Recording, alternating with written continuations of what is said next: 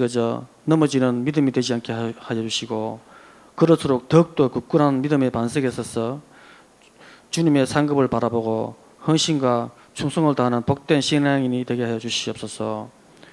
우리 교회의 주이신 주님, 저희 교회가 바라보는 내일을 품는 교회가 변화와 발전으로 인하여 함께하는 대강교회, 하나가 되는 대강교회로 성장하고 결실의 계절을 맞이하여 목표하는 일들이 풍성하게 맺어지기를 기도합니다. 오늘 이 울림 콘서트가 힘없고 연약한 성도들에게 큰 힘을 주시고 무거운 근심 걱정을 지고 온 성도들에게 주님께서 가벼이 내려주실 줄로 믿사옵고 성령 충만, 은혜 충만하여 저희들 심령이 변화되어 놀라운 역사가 있게 하여 주시옵소서. 이 모든 말씀 예수 그리스도 이름으로 기도합니다. 아멘.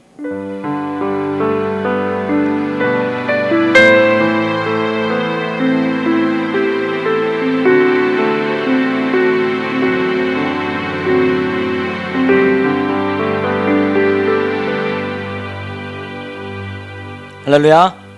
네, 반갑습니다. 옆에 계신 분과 다시 한번 인사할까요? 반갑습니다. 사랑합니다. 네, 울림 있는 삶 삽시다.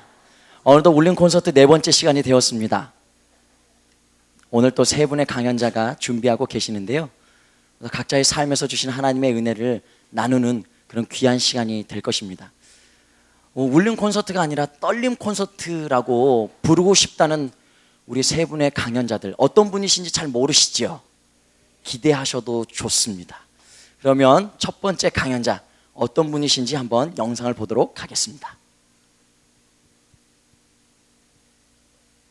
선생님 안녕하세요. 감사합니다. 1년 동안 잘 들었습니다, 선생님. 선생님 감사합니다.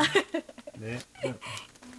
감사합니다. 앞으로 잘 부탁드려요. 사랑해요.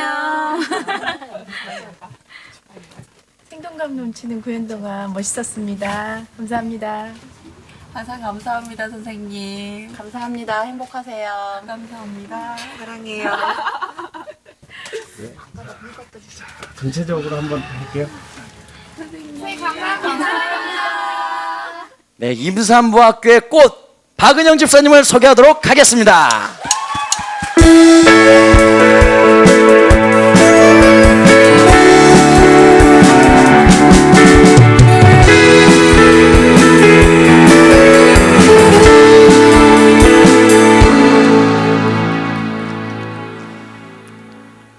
안녕하세요. 임산부학교의 웃음꽃 박은영 집사라고 합니다. 제가 이렇게 많은 분들 앞에서 제가 봉사하면서 느꼈던 부분을 감히 이야기한다는 것이 부끄럽고 떨리기도 하지만 어느 날 우연히 거울 속에 비춰진 내 모습을 바라보면서 김태희도 아니지만 전지현도 아니지만 하나님이 딱 쓰기 좋은 얼굴, 저처럼 재능 없고 잘나지 못한 사람도 하나님께서 사용하신다는 것을 기쁘게 들어주시면 좋겠습니다. 아울러 봉사를 하시고자 하는 마음은 있지만 망설이시는 분이 한 분이라도 계신다면 용기를 내서 하나님을 기쁘시게 하는 삶에 도전해 보시길 바랍니다. 아이를 어느 정도 키우고 여유가 생길 무렵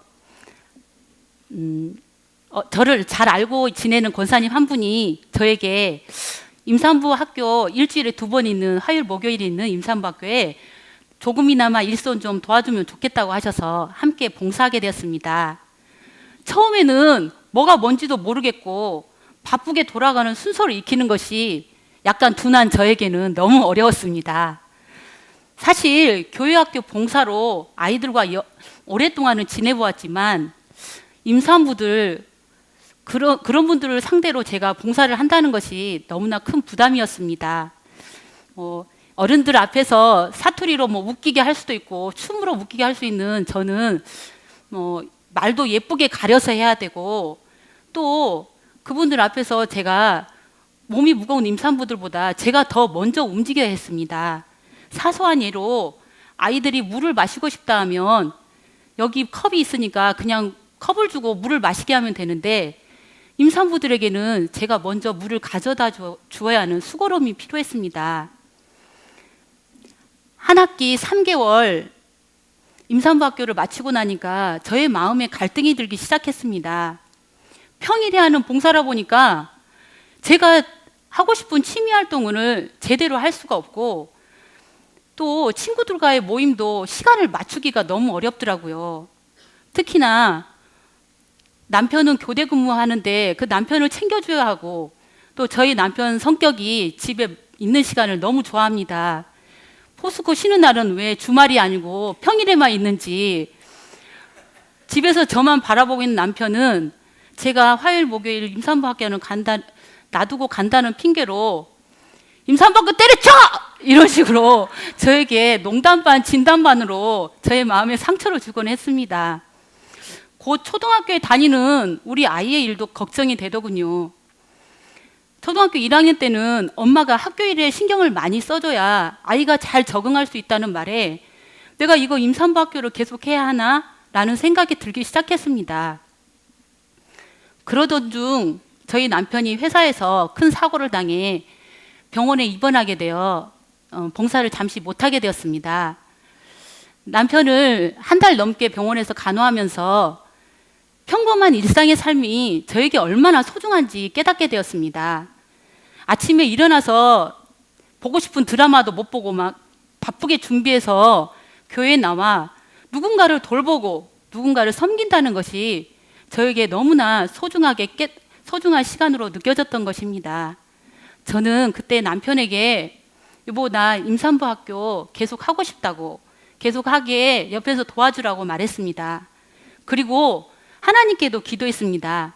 하나님, 제가 하나님의 일을 하는 동안 저희 가정에 아무 근심이나 걱정이 없도록 저희 가정을 책임져 주세요. 봉사하는 동안 다른 생각 가지지 않고 즐거운 마음으로 봉사할 수 있도록 저의 마음을 붙잡아 주세요. 이렇게 기도하면서 한 해 한 해 섬기다 보니 이제 5년째 봉사를 하고 있습니다. 아이의 학교 일은 주위 친구들 엄마들이 요일을 조정해 주었고 또 아이는 내가 나서지 않아도 알아서 학교에 잘 적응하며 자라주었습니다. 봉사로 인해 남편의 점심을 미처 챙겨주지 못하고 교회 나올 때 저희 동네 김밥집에 전화를 걸어 저 은영 씨인데요. 저희 집 앞에 김밥 2개만 걸어주세요 하고 몇 차례 말했더니 김밥집 주인은 저에게 제 목소리만 들어도 은영 씨 알아 하면서 아예 돈을 받지도 않고 저희 집 앞에 김밥 2개씩 걸어줍니다. 이 김밥이 그 김밥입니다. 저희 집 남편이 또 이 김밥만 좋아하더라고요. 그래서 어떨 때는 일주일에 2번씩 이 김밥을 먹곤 하는데 그래서 이 검정 비닐봉지가 저희 집 앞에 가끔씩 쌓이기도 합니다. 그래도 저는 그 김밥을 보면서 그 김밥을 먹으면서 감사하는 저희 남편을 참 사랑스러워합니다. 저희 딸아이인데요. 저희 딸아이가 저에게 언젠가 엄마 내가 결혼해서 아이 가졌을 때도 임산부 학교 계속 하고 있어야 돼? 이러는 겁니다. 황당했던 저는 그러면 엄마 나이가 몇 살인 줄 아니? 했더니 정진수 권사님도 하고 계시잖아 하고 말하는 것입니다. 저는 임산부 학교 10년 하면 그만두려고 했는데 저희 딸은 저의 믿음보다 더 훨씬 큰 것 같습니다. 지나간 시간을 되돌아보니 하나님께서는 저에게 이렇게 많은 복으로 채워주신 걸 깨닫게 되었습니다. 잠시나마 교회 일로 가정을 돌보지 못하면 어떻게 하지? 하는 고민을 했던 저에게 하나님께서는 이렇게 은혜로 이끌어 주셨던 것입니다. 임산부 학교에 봉사하시는 분 중 10년이 좋게 넘으신 분들이 많은데요. 그분들에 비하면 저는 그분들 앞에서 어린아이와 같고 명함도 내밀지도 못하지만 저도 한 해 한 해 열심히 하다 보면 10년 넘길 수 있겠죠? 여러분도 응원해 주시길 바랍니다. 지금은 임산부학교에서 손끝태교 시간에 강사 선생님을 돕기도 하고 아이 어렸을 때 읽어줬던 동화책을 생각하면서 구연동화와 또 오감태교로 임산부들의 행복한 태교를 돕고 있습니다. 제가 처음부터 특별한 달란트가 있어서 봉사를 시작하게 됐던 건 아닙니다. 마태복음 25장에 보면 달란트 비유가 나오는데 저는 이 말씀을 보면서 내가 만약 한 달란트를 받은 종처럼 그 달란트를 땅에 묻어버렸으면 어떻게 될까 하는 생각을 해보았습니다. 물론 저 말고 다른 누군가가 그 자리를 대신하고 있었겠죠. 하지만 저는 하나님께서 내가 있어야 할 자리에 있을 때 하나님께서 가장 기뻐하신다고 저는 믿습니다. 여러분들도 용기를 내서 여러분들의 달란트가 조그맣고 하찮다고 생각하시지 말고 하나님께서 그걸 사용하시면 그 달란트는 30배, 60배, 100배의 결실을 맺으리라 저는 믿습니다. 제가 언제까지 임산부학교에 봉사하게 될지는 저도 잘 모릅니다. 하지만 임산부학교 선생님들과 함께 한 해 한 해 최선을 다해서 섬길 것입니다. 제가 저의 봉사가 그들에게 무엇인가를 베풀고 나눠주어야 한다고만 생각했는데 오히려 저는 그들에게서 많은 사랑과 감사를 받고 있었더라고요. 마지막으로 저희 목사님 말씀 설교를 한번 살짝 컨닝해 보았습니다. 봉사는 어렵고 힘들다는 편견의 개와 귀찮고 신경 쓰인다는 선입견의 개는 버리시고 백문이 불여 일견의 개를 키워 저희 대강교회 성도님들의 삶이 더욱 풍성해지고 하나님을 영화롭게 하는 자리에 많이 모여져 모든 아름다운 모습을 가지고 살아가는 하나님의 백성 되기를 소망하며 저의 짧은 이야기를 들어주셔서 정말 감사합니다. 네, 감사합니다.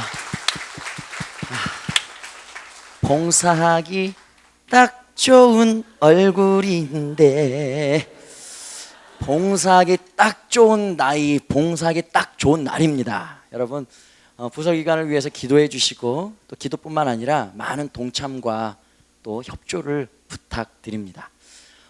두 번째 강연자를 소개하기 전에요. 여러분 미운 오리 새끼라는 동화 아시나요?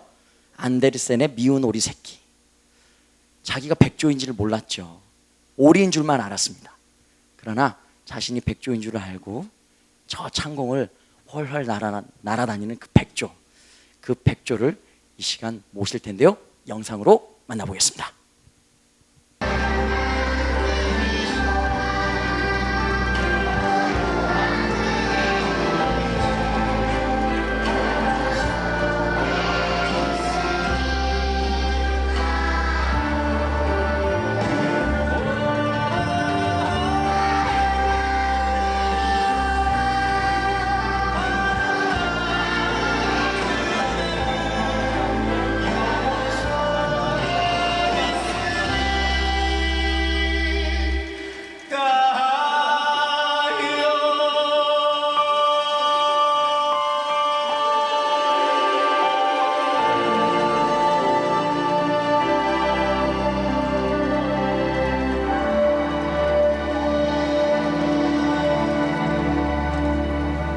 발레리노 박정교 집사님을 모시도록 하겠습니다.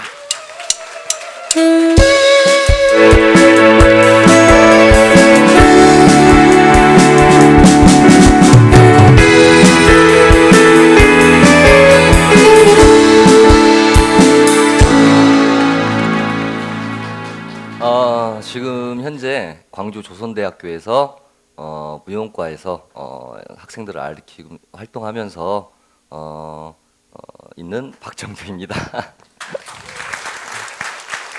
너무 긴장했어요. 단추 좀 풀겠습니다. 제가 이 자리에 선 이유는 제가 지금 교단에 지금 있는 게까지 무용을 어떻게 시작했으며 지금까지 있는 과정을 여러분께 이렇게 소개시켜 드리려고 왔습니다. 저 학창 시절에 우리 계신 분들 저 학창 시절 어땠을 것 같습니까?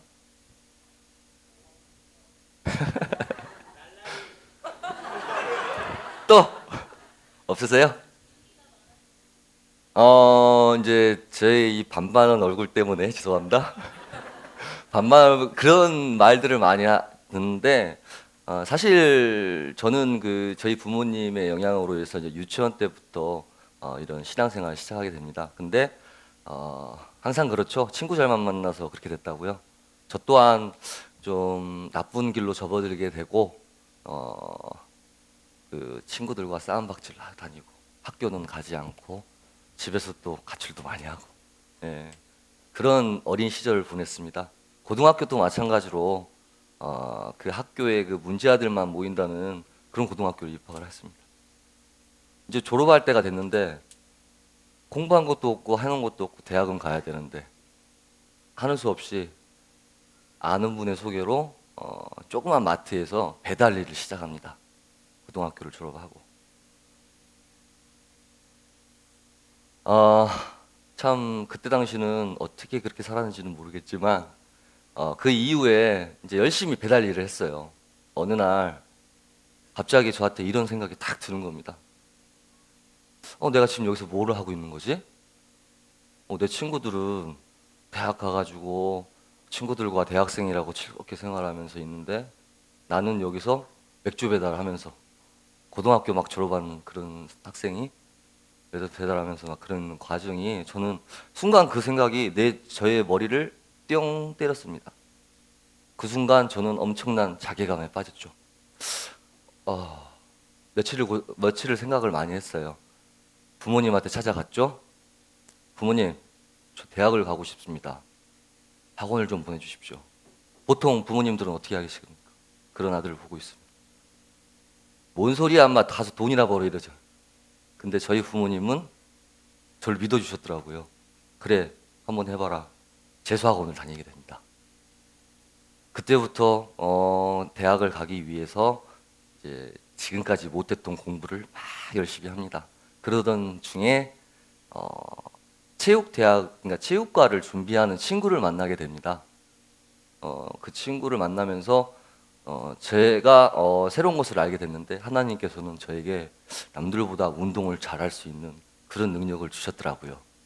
그래서 저는 그때부터 열심히 운동과 그다음 공부를 병행을 하면서 지금 광주 조선대학교 체육대학에 사회체육학과를 입학을 하게 됩니다. 늦게 철이 들어서 그런지 저는 정말 대학을 가서 남들 하는 MT며 미팅이며 안 갔어요. 저는 공부만 했습니다. 학과 공부. 그 다음 체육대학이다 보니까 그런 자격증들이 많이 준비가 돼 있거든요. 생활체육 지도자나 아니면 수상인명 구조 자격증, 뭐 레크리에이션 자격증, 응급처치 자격증 등등. 1학년 동안에 정말 많은 자격증을 땄습니다. 계속 공부를 하는 찰나에 어느 날 저희 학교는 체육대학 안에 무용과, 사회체육학과, 체육과 이렇게 세 개가 다 있거든요. 근데 자기 여자친구의 그 무용과 여자친구가 제가 공연을 한다길래 공연을 한다고 해서 그 친구가 저한테 무용 공연을 보러 가자. 저는 아무 생각 없이 갔습니다. 무용 공연 뭔데? 한 번도 안 봤거든요. 갔습니다. 저에게는 새로운 세상이 열려버렸어요. 처음 접한 그 무용 공연을 보고. 이 사진은 저희 와이프입니다. 찾다 보니까. 근데 막 그 공연을 본과 동시에 그 영화 빌리 엘리언트라는 영화 아십니까 혹시? 그 권투를 하다가 그 탄광의 소년이 무용을 하기 발레를 시작하는 그 감동적인 영화인데 전 그 영화를 정말 좋아하는데 꼭 거기에 주인공 같은 그런 느낌 있지 않습니까? 다음 날 바로 저는 무용과 교수님한테 찾아갔습니다. 교수님, 저 진짜 무용이 하고 싶은데 지금 어떻게 시작하면 안 될까요? 교수님이 크게 웃으셨습니다. 지금은 네가 아무리 하고 싶어도 나이가 있으니 너무 늦었다. 정 하고 싶으면 무용학원을 보내주겠다. 취미로 해라. 그래도 저는 시작을 했습니다. 그리고 다시 광양으로 와서 부모님한테 어머니, 제가 무용을 정말 하고 싶은데 좀 도와주십시오. 처음엔 당황하셨죠. 체육과 가가지고 이제 정신 차리고 체육과 가서 전공 살려서 그렇게 했으면 좋겠는데 남자가 그것도 발레 타이즈 입는 발레를 하면서 그게 어머니 당황하셨는데 그래도 저를 믿어주셨어요. 많이 도와주셨어요. 저는 그때부터 아침에는 학교 가고 오후에는 그 수영장에서 아르바이트 하면서 그 강사하면서 저녁에는 학원을 가가지고 어린 학생들하고 같이 뭐 중학생들 있지 않습니까? 초등학교 그 애들하고 같이 무용을 시작했습니다. 열심히. 근데 어느덧 제가 군대를 가야 될 시기가 된 거예요. 벌써 2학년, 3학년이 된 거예요. 군대 갔다 오신 분들은 여기 이제 다 아시겠지만 그때가 되면 진로에 대해서 많이 생각을 하게 되거든요. 자신의 진로에 대해서. 근데 내가 무용을 하기에는 너무 빛이 안 보이고 또 전공을 하기에는 무용이 너무 하고 싶고 생각했습니다. 내가 군대를 갔다 와서도 계속 내가 무용이 너무 하고 싶으면 그때는 정말 내가 이 길로 갈 것이다. 그래서 군대를 입대를 하죠. 군대에 가서 그때 이제 무용을 막 시작해가지고 이제 한참 막 그 열망이 가득할 때 군대에 가면 그 많은 고참들의 그런 그 따가운 질책과 작업 하다 보면 많이 몸이 굳지 않습니까? 화장실에 몰래 가서 다리 하나 이렇게 다 올려놓고 스트레치도 하면서 운동장에 한켠에서 막 턴 연습하면서 유지를 했어요, 몸을. 어느덧 2년이 시간이 걸려서 지나서 제대를 하게 되는데 그때도 마찬가지예요. 너무 무용이 너무 하고 싶은 거예요. 바로 복학을 했는데 결심했습니다. 복수 전공을 신청을 했어요. 학점을 더 많이 받아야 되거든요. 그래서 사회체육학과하고 무용과 두 가지의 자격증을 학사 자격증을 따고 졸업을 합니다. 복수 전공을 하면서 제가 이제 무용에 막 미쳐 체육과에 어떤 애가 늦게 무용을 시작했는데 막 미쳐 산다라는 소문이 우리 저 발레단에 있는 형님들한테 들어간 것 같아요. 한 형님이 저한테 오셨어요. 네가 학교에서 학원에서 그렇게 무용을 하는 것보다 무용단을 와가지고 연습을 하면 좀 더 많은 실력이 빨리 늘 것이다. 저는 아무 생각 않고 그냥 바로 갔습니다. 다음날 갔었던 이유 중에 하나가 지금도 마찬가지고 지금은 그래도 좀 덜하지만 예전에는 남자 무용수들이 많이 모자랐거든요. 정막 공연 큰 공연을 하면 남자 무용수가 모자라니까 저는 가능했었어요. 그래서 그때부터 무용단에서 객원 활동을 하기 시작합니다. 무용을 막 시작했으니까 얼마나 잘하겠어요. 가서 이제 이렇게 딱 창 들고 사냥꾼 이렇게 활 들고 다니고 하인 역할 그런 역할부터 쭉 시작하게 되죠. 그러면서 그때 저의 무용 실력이 참 많이 늘었던 것 같아요. 어느덧 내가 졸업을 할 때가 됐어요. 오디션을 바로 봤습니다. 광주시립발레단에. 당연히 떨어졌죠. 왜? 늦게 했고 아무리 열심히 한다 그래도 연륜이 있어야 되기 때문에. 근데 떨어졌는데 저는 상실감이나 막 그런 것보다 오기가 더 생겼어요. 더 열심히 해야지. 나보다 먼저 시작하고 전공생들보다 난 더 열심히 해야지. 1년 동안 정말 아무것도 안 하고 무용만 했습니다. 뭐 인터넷에서 나오는 강수진보다는 좀 못하지만 발레리나 아시죠? 그런 분들보다는 좀 못하지만 그래도 열심히 했습니다. 다음에 오디션을 봐서 합격을 했어요. 그때부터 저의 이제 본격적인 무용 시작이 되었고요.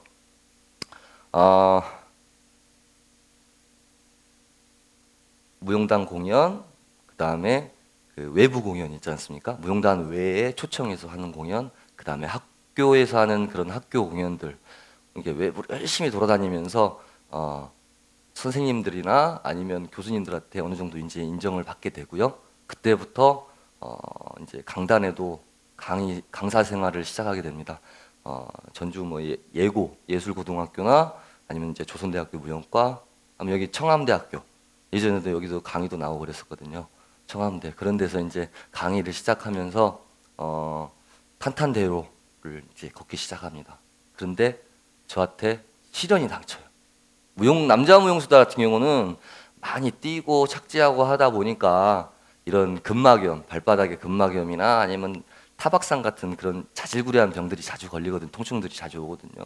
근데 그런 것들을 이제 잘 관리를 해줘야 되는데 그땐 너무 무용에 미쳤었나 봐요. 그냥 좀 아파도 그냥 하고 이제 이게 쌓이게 되니까 발바닥에 있는 뼈가 깨지게 되고 그 뭐라 그래야 될까? 인대 옆에 이제 인대도 여러 가지가 있지 않습니까? 인대도 많이 찢어지게 되고 어쩔 수 없이 수술을 해야 되는 상황이 됐습니다. 그래서 무용을 쉬게 되죠. 정말 빠르게 회복을 했어요. 혼자 재활을 많이 했어요. 다시 무용단에 들어왔습니다. 하지만 똑같은 곳이 또 재발을 하게 된 거예요. 재발을 하게 되면 좀 아무래도 이제 그 낫는 기간도 오래되고 정말 저한테는 그때 심적으로 많이 힘들었습니다. 앞으로 계속 무용을 할 수 있을까? 다행히 하나님께서 저한테 은혜를 주셨습니다. 저는 남들보다 빠른 속도로 다시 재활에 전념해서 복귀하게 됐고요. 그때부터 다시 주역 무용수로서 오리지널 주역은 아니지만 저희 와이프가 오리지널 주역이었고요. 저는 이제 솔리스트였지만 그래도 이제 주역급으로 활동을 하다가 지금은 지금 우리 와이프나 또 아들 셋이 단란한 가정을 이루고 있고요. 또 학교에서 또 강의도 지금 강단에 서서 학생들을 알리고 있고 또 이제 내년 2월이면 박사학위를 취득하게 됩니다. 참 뭐랄까 제가 하고 싶은 얘기는 그거예요. 하나님께서는 저에게 몸으로써 아름다운 그런 감동을 여러분께 선사할 수 있는 그런 달란트를 저한테 주셨습니다. 근데 그 달란트를 저는 모르고 있었어요. 친구를 통해서 그 달란트를 알게 됐고 또한 이 달란트가 완성되기까지 저에게 많은 친구들을 하나님은 보내주셨어요. 여기 혹시 그 지금 수능을 앞두고 있는 우리 그 학부모님들 걱정하시는 학부모님들 있을 줄 압니다. 하나님께서는 각자 개인에게 달란트를 주셨어요. 그건 아직 몰라요. 그 학생들이 나중에 안 되더라도 다음에 또 자기가 또 알 때가 될 겁니다. 끝까지 믿어주시고 기도해 주시면 좋은 결과가 있을 거라고 생각합니다. 이상입니다.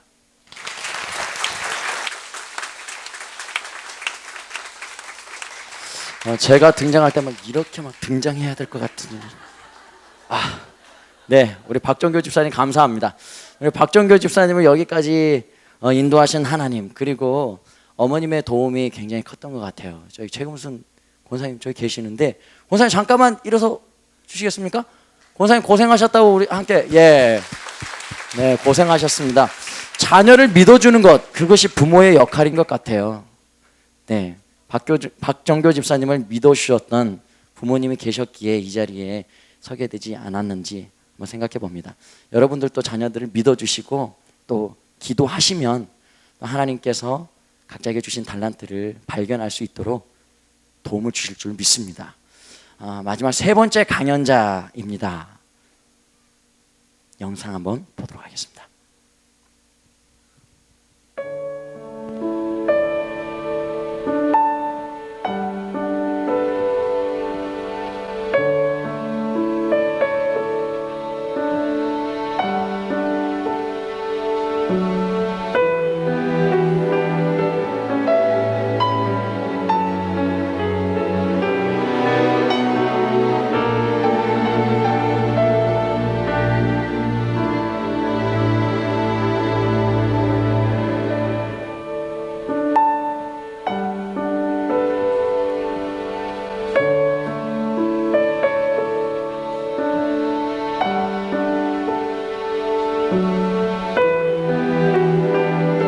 홍진영 전도사님을 모시겠습니다.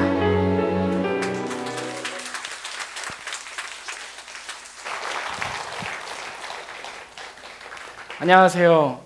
고등부 학생들과 함께 예배드리고 있는 홍진영 전도사라고 합니다. 저는 여행을 참 좋아합니다. 여행을 하면서 우리 PPT를 좀 띄워주세요. 이렇게 반바지 입고 스레빠 이렇게 신고 다니면서 세계 곳곳을 돌아다니면서 새로운 것도 보고 그리고 새로운 음식도 먹고 그리고 그들 문화도 좀 배우고 참 여행이란 참 매력적인 것 같아서 제가 참 많이 다닙니다. 또한 이렇게 멋진 경광을 보면서 자연의 그 경이로움도 빠져보고 하나님이 지으신 이 창조 세계가 얼마나 아름답고 그리고 우리가 그 상황 속에서 어떻게 살아가야 될지 고민하는 시간들이 저에겐 참 소중했습니다. 그리고 백문이 불여일견이라고 그 여행을 하면서 인식의 폭이 넓어가고 사고의 깊이가 깊어가는 것을 느끼면 아, 정말 여행은 참 좋은 거구나라는 것을 느낍니다. 그래서 오늘 여러분들과 함께 제가 지난 여름에 했던 특별한 여행 이야기를 들려드리려고 합니다. 그것은 바로 어디서 많이 본 글씨 아닙니까? 예, 여기 써 있죠. 예.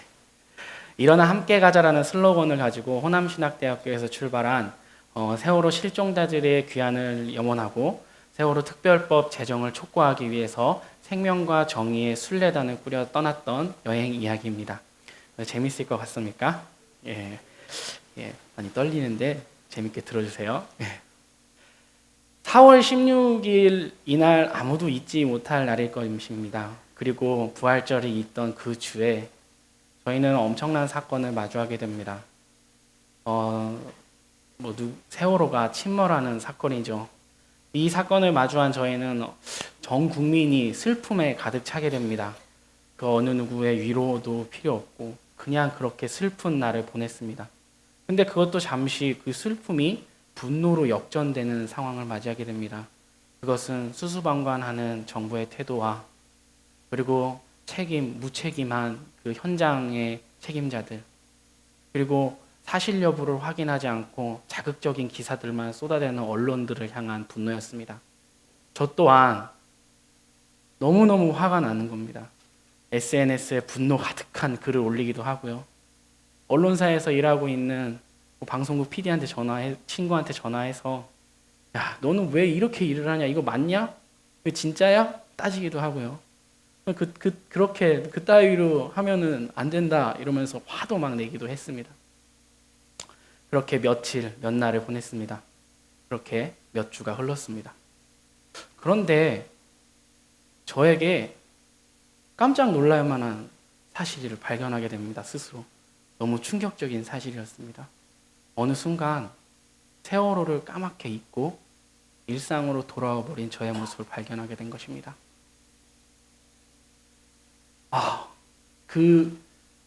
내가 그 사람들을 어떻게 잊었지? 내가 그렇게 수많은 생명을 어쩜 그렇게 쉽게 잊을 수 있었지?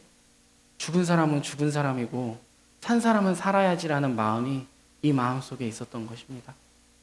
그렇게 마음 아파하고 있을 때 어느 한 사람을 만나게 됩니다. 방학을 앞두고 그 팽목항을 다녀온 지인을 만나게 되는데요. 그분을 통해서 팽목항과 진도체육관이 기능을 완전히 상실할 정도로 비어있다라는 이야기를 듣게 됩니다. 분명히 그곳은 이 사건은 끝나지 않았고 구조활동도 계속되고 있고 10명의 실종자가 돌아가지 않은 상황임에도 불구하고 그곳에는 봉사자의 손길이 끊겨서 실종자 가족들이 사용하는 화장실이며 샤워실은 방치되어 있고 구조를 하러 들어가는 잠수부들은 쉴 곳이 없어서 쉬지 못하는 상황이고 간식을 나눠주는 사람이 없고 그들을 케어해 줄 수 있는 사람이 없는 상황에 놓여버린 겁니다. 그 순간 망치로 머리를 한 대 맞은 듯이 정말 가슴이 아팠습니다. 그리고 내가 왜 그랬을까라는 자책과 함께 희생자와 유가족들을 향한 미안함과 죄송한 마음이 눈앞을 가렸습니다. 그런데요, 그리고 방학을 하고 며칠이 있다가 그 교수님을 다시 만나게 됐습니다. 그런데 그때는 교수님께서 이상한 이야기를 저에게 하는 겁니다. 유가족분과 실종자 가족들이 요청을 해왔다는 거예요. 우리들을 잊지 말아달라고 순례를 떠나자고 하신 겁니다. 그래서 교수님은 거절하지 못하고 이 요청을 들고 오신 겁니다. 그런데 이것을 추진하기에는 인력도 없고 해본 경험이 없어서 이 일을 어떻게 추진해가야 나갈지 모른다고 답답하다는 이야기였습니다. 그런데 그 이야기를 듣는 순간 저는 이거 그냥 편하게 하면 될 것 같은데 라는 생각이 들었습니다. 왜냐하면 광주에서 서울까지 그리고 그 땅끝마을에서 서울까지 무전여행으로도 걸어서 가봤고요. 자전거를 타고도 왔다 갔다 했던 길이었기 때문에 별로 어렵게 느껴지지 않았습니다.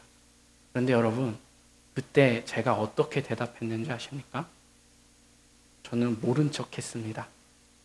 또 한 번 모른 척 한 겁니다. 왜냐하면 그때 여름 행사며 그리고 지리산 종주며 내 일이 너무 많았다고 생각했습니다. 그리고 그 순례 기간 동안에 딱 가운데 저의 휴가가 끼어 있었습니다. 그래서 이 요청을 거부하고 교수님 좀 더 찾아보시면 분명히 좋은 사람 만나실 겁니다. 라고 하며 교수님을 그냥 이렇게 그냥 교수님 앞을 나왔던 기억이 납니다. 그런데 마음이 편하지 않았습니다. 집에 왔는데 답답하고 굉장히 불편하고 뭐 자연스럽게 그냥 한숨만 계속 나오는 상황이 이어졌습니다. 왜냐하면 그 일은 다른 사람의 일이 아니라 나의 일이었기 때문입니다. 그래서 마음을 정리하고 아침이 되어서 교수님에게 이런 지도를 하나 들고 찾아갔습니다. 원래 저 빨간색은 표시되어 있지 않았었는데요. 파란 색깔의 지도를 가지고 간 것이죠. 이 길로 올라가면 안산까지 도보로 최단거리로 갈 수 있을 것 같습니다. 이러면 2주면 도착할 것 같습니다. 라는 얘기를 하고 이 순례단의 팀장이 되어서 이 일을 추진하기 시작합니다. 그런데 일을 준비하다 보니 유가족을 만날 기회가 있었습니다. 유가족을 만나서 이야기를 하던 중에 그들의 고통을 조금이나마 알게 되었죠. 여러분, 지금 유가족들은 무엇이 가장 두려울 것 같습니까? 무엇에 가장 고통스러워할 것 같습니까? 그것은 자신들이 잊혀지고 있다는 사실입니다. 그것은 지금까지 그들이 경험해 보지 못했던 그런 엄청난 고통을 그들에게 주고 있었습니다. 내 아이가 아무 이유도 모른 채 죽었고 그 죽은 이유도 모른 채 그들이 잊혀지고 간다는 사실, 그리고 유가족 자신들의 고통과 두려움이 이제 세상 속에서 잊혀지고 있다는 사실은 그 사람들은 두려움과 고통 속으로 빠지게 했습니다. 그래서 유가족과의 만남 이후로 저희 순례단은 경로를 대폭 수정하게 됩니다. 파란색 경로로 가게 되면 400km 정도가 되는데 빨간색 경로를 선택하게 된 것입니다. 잘 보시면 저 경로는 목포와 광주, 정읍, 전주, 대전, 천안, 평택을 경유하는 우리나라의 주요 도시들을 경유하는 경로입니다. 이 잊혀져선 안 될 사건들을 저 주요 도시를 경유하면서 사람들에게 사실을 알리자라고 우리는 출발하게 된 것입니다. 출발하면서 크게 두 가지의 사실을 알리고 싶었습니다. 여러분, 실종자들의 사진 혹시 한번 본 적 있으십니까? 지금 여기 작게 표시되어 있는 사진들이 실종자 사진들입니다. 위에 있는 5명은 학생이고요. 그 밑에 있는 선생님, 그리고 그 밑에는 일반인 희생자들입니다. 그런데 제일 밑에 3명 중 2명은 부자지간이에요. 아직 찾지 못하고 있습니다. 이 사실을 도시를 돌아다니면서 사람들에게 홍보지를 만들어서 돌리고 그리고 설명하는 일을 했습니다. 그리고 저희가 한 일은 세월호 특별법과 4.16 특별법의 차이를 사람들에게 설명하는 일을 해야 했습니다. 세월호 사건이 지금 처음에 우리가 초기에 맞이했던 것처럼 그렇게 사람들한테 민감한 사건이 아니라 굉장히 냉소적인 시선을 받고 있는 사건이 되어 있었습니다. 이 사건 때문에 경제도 안 돌아간다. 이 사건 때문에 사람들이 슬픔에 빠져 있다. 이런 내용들이 계속 있는 것이죠. 그리고 세월호 유가족들을 향해서 저 사람들은 뭐 하는데 보험금 더 받으려고 지금 저 협상하는 거 아니냐, 정치적 선동하려고 저런 행동들 하는 거 아니냐라는 상처가 되는 말들은 굉장히 많이 합니다. 그래서 유가족들이 왜 그런 행동을 하는지, 그리고 세월호 특별법과 4.16 특별법의 차이는 무엇인지 그 차이를 알려드리기 위해서 저희가 떠났던 것입니다. 그런데 그 차이는 그렇게 어렵지 않습니다.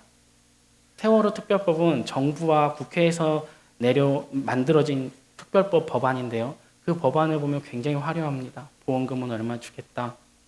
너희들 의사자 지정해주겠다. 그리고 고등학교 특례 입학 추진하겠다. 그런데 이 내용들을 잘 보면은 그 지역구 정치인들이 다음에 재선에 갈 때 자기의 선거 공약을 위해서 걸어놓는 특별법들입니다. 그런데 유가족들은 정작 이 특별법을 하나도 원하지 않습니다. 그래서 보상금이 이미 나왔습니다. 여행자 보험 보상금이. 보상금 전액을 기부하거나 아니면 특별법 제정을 위해서 모금하거나 아니면 지인들한테 줘버립니다. 그들이 원하는 것은 다른 것이 아니라 이 수사의 기소권과 수사권을 유가족들에게 달라는 것입니다. 그래야 이 수사가 투명하게 진행되고 그래야 이 수사, 이 사건의 전말을 알 수 있다는 것이 유가족들의 생각이었습니다. 그래서 이 전단지를 가지고 일어나 함께 가자라는 표를 들고 저희는 순례의 길을 떠납니다. 그 길은 정말 쉽지만은 않았습니다. 저 조끼를 입고 조끼 뒤에 보면은 실종자들 얼굴이 다 그려져 있습니다. 더운 날 저 조끼를 입으면은 그냥 가만히 서 있어도 덥습니다. 막 땀이 막 줄줄 흐르고 저 같은 경우에는 감당을 못할 정도로 땀이 납니다. 그래서 햇빛을 피하기 위해서 이렇게 야간과 새벽 시간에 순례를 합니다. 그렇다 보니 이 시간에는 차들이 엄청 세게 달리는 시간이어서 그 차들의 그 막 이렇게 옆에 트럭이 지나가면 빨려 들어갈 것 같은 두려움을 깨면서 순례를 계속했습니다.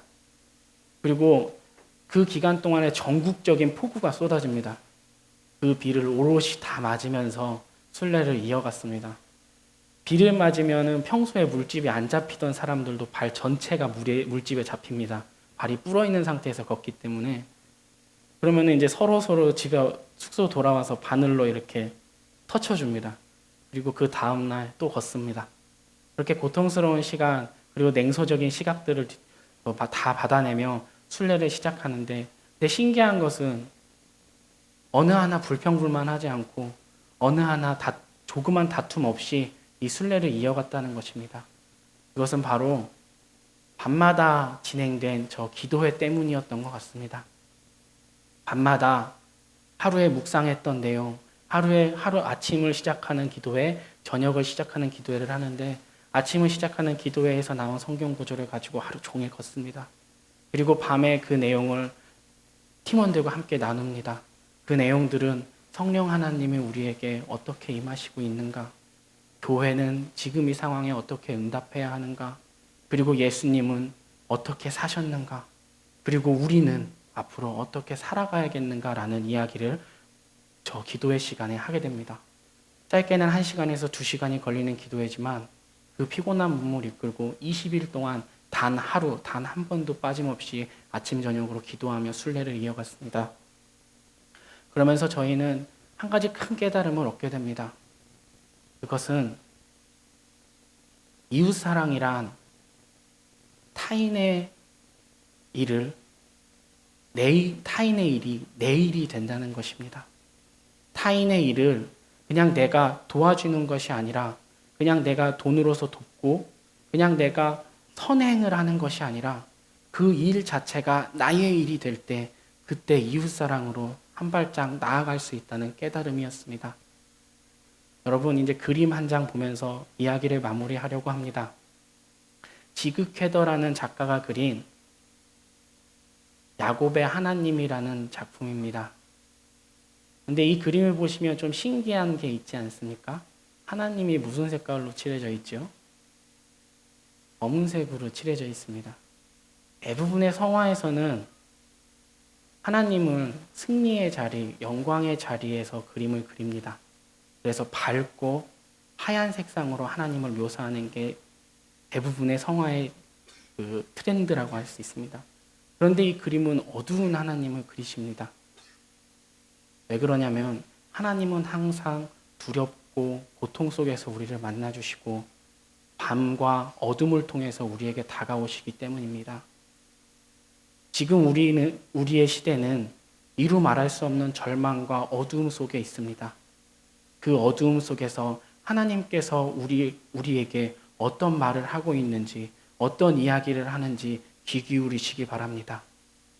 그리하여 그런 하나님을 통해서 희망의 몸짓을 할 수 있는 우리가 되었으면 좋겠습니다. 새로운 시대로 나아갈 수 있는 창조의 에너지가 우리 안에 있습니다. 여러분, 잊지 말아 주십시오. 그리고 기억해 주십시오. 감사합니다.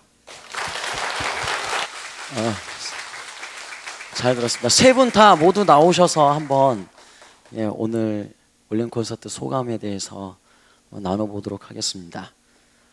잠깐 나와주시면 홍진영 전사님 2주간의 그 순례 기간이 정말 힘들었을 것 같은데요. 또 하고 싶은 말이 있다면 마지막으로 저희들에게 그리고 이 땅의 그리스도인들에게 한마디 하신다면. 즉흥적인 질문입니다. 예, 지금 당황스러운데요. 그냥 예수님이 우리한테 오신 이유는 하나님이 성경에서 보시면 인자라는 표현을 굉장히 많이 쓰십니다. 예수님께서요. 사람을 너무너무 강조하시는 겁니다. 그러니까 사람으로 오신 이유가 우리와 함께하기 위해서 오신 것 아닙니까? 우리 또한 이웃과 함께하는 삶 살았으면 좋겠습니다. 네, 감사합니다. 우리 박정교 집사님 100조가 되셨습니다. 이제 어떻게 이런 하나님께서 주신 달란트를 또 후학 양성을 위해서 애쓰시고 계시는데 또 우리 집사님께서 두 가지 인생을 살고 계세요. 후학들을 양성하시고 또 한 가지는 뭡니까? 광양불고기를 하고 있습니다. 집사님께서 그 원고에 적어 주셨는데요. 어머니의 가업을 잇기 위해서 부단도 굉장히 많이 노력을 하셨습니다. 도축장에 가서 고기에 대해서 배우고 또 광주에서도 그 요리사가 되기 위해서 많은 그런 노력을 하셨는데요. 이 두 가지 인생 정말 잘 하나님께서 주신 달란트로 감당하시길 우리 함께 기도해 주셨으면 좋겠습니다. 우리 박은영 집사님 어떠셨습니까? 하나님께서 저에게 이 자리를 준비하면서 기도를 계속 했었거든요. 제가 왜 이 자리에 서야 되는지. 근데 하나님께서 저에게 말씀을 해주시기를 네가 세상에서 쓰는 것보다 내가 너를 써줄 때 가장 소중하다. 내가 그런 존재감을 저에게 주셨습니다. 그래서 봉사하시는 분들 지금 힘들고 어렵더라도 포기하지 마시고 땅의 상급보다 하늘의 상급이 더 크리라 믿으면서 열심히 해주길 바라는 마음에 이 자리에 섰습니다. 네, 감사합니다. 이 세 분을 위해서 뜨거운 박수로 격려해 주셨으면 좋겠습니다. 감사합니다. 올린 콘서트 네 번째 시간 이렇게 마치도록 하겠고요. 여러분 하나님께서 오늘 이 시간에 주셨던 그런 마음들이 다 있을 줄 압니다. 각자에게 주신 그 마음을 생각하면서 우리 함께 기도했으면 좋겠습니다. 하나님 나에게 어떤 사명을 주셨습니까? 그 사명을 잘 감당하고 있었습니까? 누구는 하나님께서 주신 사명을 내 사명이라고 감당하면서 정말 그 일을 위해서 헌신하며 나아가는데 나는 어땠습니까?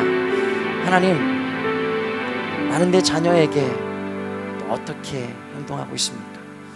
하나님, 자녀들을 믿고 그들을 위해서 기도해 줄 수 있는 마음을 허락해 주시옵소서. 하나님, 그들이 하나님의 비전과 꿈을 알기를 원합니다.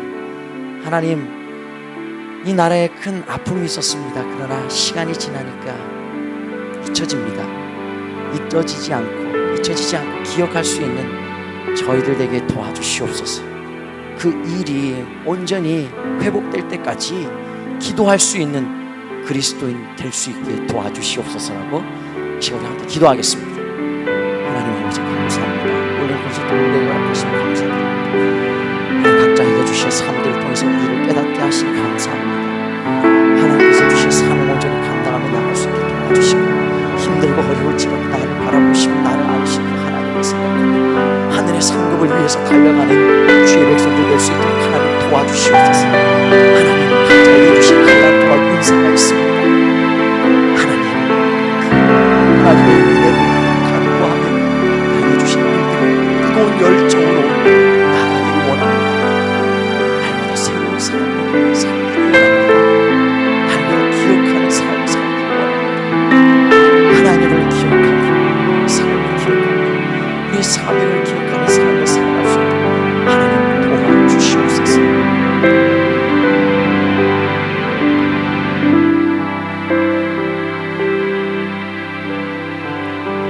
하나님, 울림 콘서트를 통해서 우리에게 은혜 베풀어 주시니 감사드립니다. 각자에게 주신 은혜를